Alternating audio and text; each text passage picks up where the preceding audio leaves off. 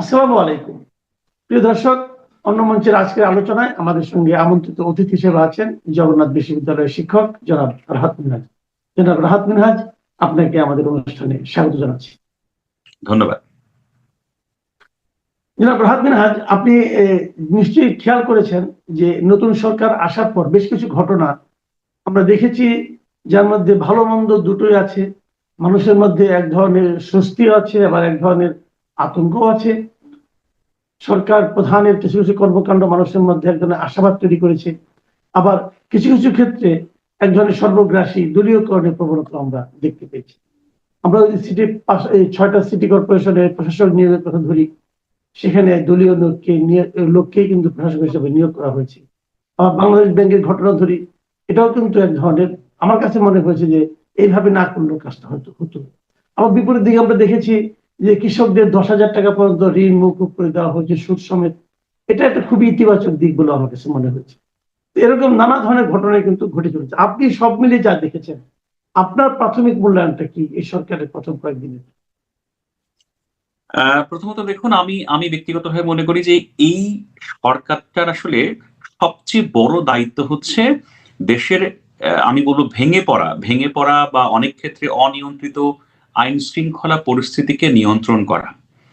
আমার সবচেয়ে বড় কামনা হচ্ছে সেটা, যে আপনি আইন শৃঙ্খলা পরিস্থিতি যত দ্রুত সম্ভব আপনি কন্ট্রোলে নিয়ে আসুন, এবং যদি তার জন্য আপনাকে শক্তিও প্রয়োগ করতে হয়, আমি বলবো নিশ্চয়ই বাংলাদেশে অনেক সময় শক্তি প্রয়োগের ক্ষেত্রে নানা ধরনের ব্যাপার থাকে, শক্তি প্রয়োগ করতে বেশি হয়ে যায়। আমি তারপরেও বলবো যে জনাব তারেক রহমানের এই সরকার যদি বাংলাদেশের আইন শৃঙ্খলা পরিস্থিতির উপরে একটা নিরঙ্কুশ নিয়ন্ত্রণ প্রতিষ্ঠা করতে পারেন, সেটা হবে এই সরকারের জন্য সবচেয়ে বড় সাফল্য। এবং আমি ব্যক্তিগতভাবে মনে করি সেটাই তার প্রথম এবং প্রধান পদক্ষেপ হওয়া জরুরি ছিল, দরকার ছিল।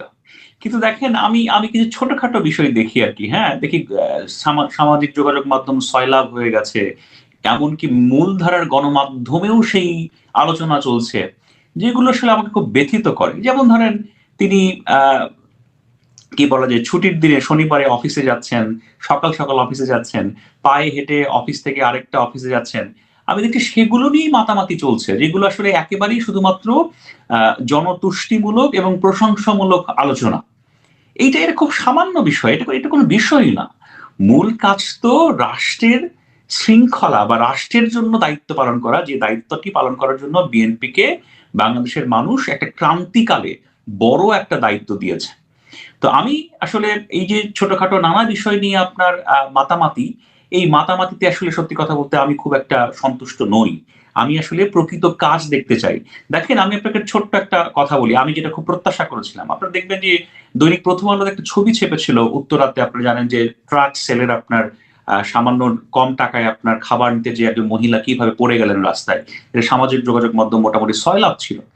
আমার কাছে মনে হয়েছিল, যেহেতু তারেক রহমান সাহেব বহু বিষয়ে আপনার সংবেদনশীল প্রতিক্রিয়া দেখাচ্ছেন, আমি ভেবেছিলাম তিনি হয়তো এই যে মানুষজন রমজানের মধ্যেও আপনার স্বল্প মূল্যে পণ্য পেতে ভয়ঙ্কর রকমের কষ্টের শিকার হচ্ছেন, রীতিমতো যুদ্ধ করছেন, আমি ভেবেছিলাম হয়তো এটা আলোচনায় আসার পরে উনি হয়তো দ্রুত এই বিষয়ে কোনো একটা পদক্ষেপ নেবেন, যে না, ঢাকা শহরে বহু মানুষ কষ্ট পাচ্ছে, যতটুকু সম্ভব, যা সম্ভব ঝাঁপিয়ে পড়ুন, এই মানুষগুলোকে রোজার মধ্যে কিছুটা স্বস্তি দেওয়ার চেষ্টা করুন। কিন্তু বিশ্বাস করেন, আমি সেদিন আলোচনায় দেখলাম যে তারেক রহমান সাহেব হেঁটে অফিস থেকে আরেকটা জায়গায় গেছেন আর কি, হ্যাঁ আরেকটা আপনার সম্ভবত ওসমান স্মৃতি মিলনায়তনে গিয়েছেন, সচিবালয়ের পাশে আর কি। সেটা নিয়ে ব্যাপক আলোচনা। এই আলোচনাগুলো আসলে আমাকে খুব একটা স্বস্তি দেয় না। আমি সেটা কার্যকর পদক্ষেপ চাই। সেই কার্যকর পদক্ষেপের মধ্যে প্রথম হচ্ছে আইন শৃঙ্খলা, আর দ্বিতীয়ত হচ্ছে আপনার অর্থনীতিকে যত দ্রুত আপনার সক্রিয় করা যায়, যত দ্রুত আপনার মজবুত করা যায়, মানুষকে সুফল তো তাড়াতাড়ি পৌঁছে দেওয়া যায়, সেই কাজ করা। আবার এই কাজের মধ্যেই দেখুন, এটা আমি বিএনপির কাছ থেকে প্রত্যাশা করিনি, যে বাংলাদেশ ব্যাংকের গভর্নর এই ভদ্রলোক, সম্মানীয় ভদ্রলোক, হ্যাঁ আমার কাছে মনে হয় ডক্টর মোহাম্মদ ইউনূস সাহেবের সরকারের যে কয়জন মানুষ আসলে খুব কার্যকর এবং ক্রুশিয়াল ভূমিকা পালন করেছেন, এই ভদ্রলোক অন্যতম। তাকে এভাবে তো অপমান করার কোনো মানে হয় না, তাকে তো এভাবে অপদস্থ করার কোনো মানে হয় না। বিএনপি সংখ্যাগরিষ্ঠ দল, তারা সরকার গঠন করেছে, তারা একজন ব্যবসায়ীকে দায়িত্বে বসিয়েছেন। এটা হয়তো তাদের বিবেচনায় ভালো হতেও পারে, তিনি ভালো রোল প্লে করতেও পারেন, সেটা আমরা দেখতে চাই। কিন্তু যে ভদ্রলোককে আপনি এই জায়গা থেকে সরিয়ে দিলেন, সেই প্রক্রিয়াটা তো খুবই নগ্ন হলো, খুবই আপনার কি বলা যায়, অপমানজনক হলো, যেটা আমি আসলে এই সরকারের কাছ থেকে প্রত্যাশা করিনি। হুম। আর আপনার ইয়ের ব্যাপার যেটা বললেন আপনি, যে কি বলে 6টা সিটি কর্পোরেশনের যে বিষয়গুলো ছিল, প্রশাসক নিয়োগের ব্যাপারটা, এটা নিয়েও কিন্তু নানা ধরনের লোকে সমালোচনা করেছে যে এটা এই দলীয় লোককে এইভাবে নিয়োগ করার দরকারটা কি ছিল। কারণ দ্রুত নির্বাচন যদি দিয়ে দেয়, নির্বাচন দিলে আগে যারা প্রশাসক ছিল তারাই থাকতে পারতো, তাই না? এটা নিয়ে কি বলবেন? না, দেখেন দেখেন বিএনপি ক্ষমতায় আসার পরে আমার কাছে কিছু কিছু জায়গায় তাদের একটা সর্বগ্রাসী রূপ আমরা দেখতে পাচ্ছি। প্রথমত হচ্ছে তারা অনেক বড় একটা মন্ত্রিসভা গঠন করেছে, এটার দরকার ছিল না, নাম্বার ওয়ান। তারা অনেক বড় লম্বা একটা উপদেষ্টার তালিকা তারা তৈরি করেছেন, এটাও খুব একটা প্রয়োজনীয় বলে আমি মনে করি না, এখানে প্রচুর অর্থের অপচয়ের ব্যাপার আছে।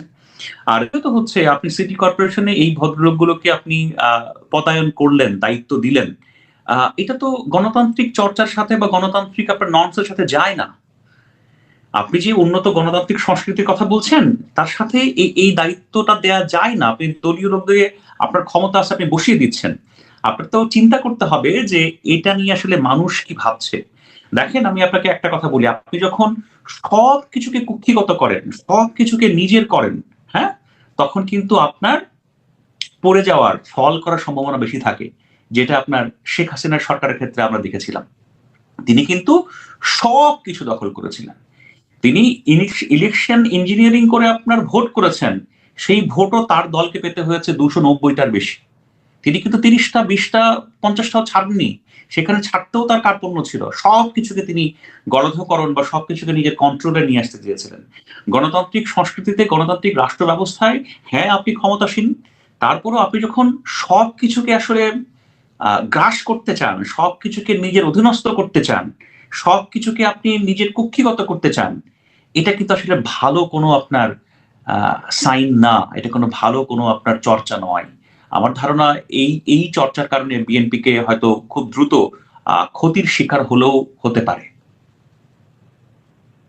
এখন অন্তর্বর্তীকালীন সরকার চলে গেছে, চলে যাওয়ার পর নতুন সরকার আসার পর আমরা দেখছি যে তাদের বিভিন্ন কর্মকাণ্ড নিয়ে বেশ আলোচনা হচ্ছে। এরই মধ্যে আমরা জেনেছি যে দুর্নীতি দমন কমিশনের কাছে উপদেষ্টাদের দুর্নীতি নিয়ে ব্যাপক সংখ্যক, বিপুল সংখ্যক অভিযোগ অনেক জমা পড়েছে। আমাদের বেশ কিছু অভিযোগ আছে, একদম নিজে অভিযোগকারী নিজের নাম ঠিকানা প্রকাশ করে অভিযোগ করেছেন, এবং দুদকের একজন কর্মকর্তা বলেছেন যে এত বিপুল সংখ্যক, এই হারে অভিযোগ তার অতীতে কখনো পাননি, এত বেশি। তো এগুলো নিশ্চয়ই কি হবে জানি না। এগুলো কি এই অন্তর্বর্তীকালীন সরকারের চরিত্রটাকে একটু আমাদের কাছে পরিষ্কার করছে? দেখেন, গত অন্তর্বর্তী সরকার ছিল, ওটা হচ্ছে আপনার NGO interim government, led by NGOs, supported by NGOs. এবং এই সরকার আপনাকে আমাকে ওয়েস্টার্ন ডেমোক্রেসির নানা আপনার সুফলের স্বপ্ন দেখিয়ে নিজেরা আচরণ করেছে হচ্ছে আংশিক ফ্যাসিস্টের মতো। আমরা তো ধরেন শেখ হাসিনা আপনার 16 বছর ক্ষমতায় ছিলেন, তাকে আমরা ফ্যাসিস্ট বলে বলে অভ্যস্ত। কিন্তু ফ্যাসিজমের আপনি যদি টেক্সট বুক আপনি সংজ্ঞায় যান, তার মধ্যে অন্যতম একটা বড় বিষয় থাকে হচ্ছে একনায়কতন্ত্র। আপনি হিসাব করে দেখেন, খেয়াল করে দেখেন, ডক্টর মোহাম্মদ ইউনূস যিনি মাত্র 18 মাস ক্ষমতায় ছিলেন, তার চাইতে বড় একনায়ক স্বৈর শাসক বাংলাদেশের দ্বিতীয়টা ছিল কিনা আমার সন্দেহ আছে। আপনি খালি একটা জিনিস দেখেন, ভদ্রলোক কয়েকটা বিদেশ সফরে গিয়েছেন এই মাত্র 18 মাসের মধ্যে, তার মধ্যে বেশিরভাগই হচ্ছে নিজের স্বার্থের বিদেশ সফর, যেখানে রাষ্ট্রের কোনো কিছু নেই, রাষ্ট্রের টাকা অপচয় করেছেন। আবার এসে রাষ্ট্রীয় কাঠামোতে রাষ্ট্রপতির কাছে তাতে যাওয়া প্রয়োজন, সেটা তিনি যাওয়ার প্রয়োজন বোধ করেননি। তিনি বহু কাজ করেছেন যে কাজের সাথে আপনার গণতান্ত্রিক নর্মস, রাষ্ট্রের রীতিনীতির কোনো সম্পর্ক ছিল না। তিনি সরকারটাকে বানিয়ে ফেলেছেন হচ্ছে চট্টগ্রাম কেন্দ্রিক সরকার। এই সরকারের বিভিন্ন পদে তিনি তার আপন লোকজনদেরকে বসিয়েছেন, গ্রামীণ ব্যাংকের লোকজনকে তো বসিয়েছেন। এটা কোনো সরকারের চরিত্র হতে পারে? এটা কোনো অন্তর্বর্তীকালীন সরকারের আপনার কাজকর্ম হতে পারে? সেই কাজ তো তারা করেছেনই। সেকেন্ড আরেকটা কথা আমি আপনাকে বলি, দুর্নীতি দেখুন, দুর্নীতি শেখ হাসিনা তো ক্ষমতা থেকে চলে গেছে প্রায় 2 বছর আর কি, হ্যাঁ। তো খেয়াল করে দেখেন তো, টিআইবির সূচকে আমরা কি এখন সুইজারল্যান্ড হয়ে গেছি? দুর্নীতি কি সমাজ থেকে কমেছে? কমেনি।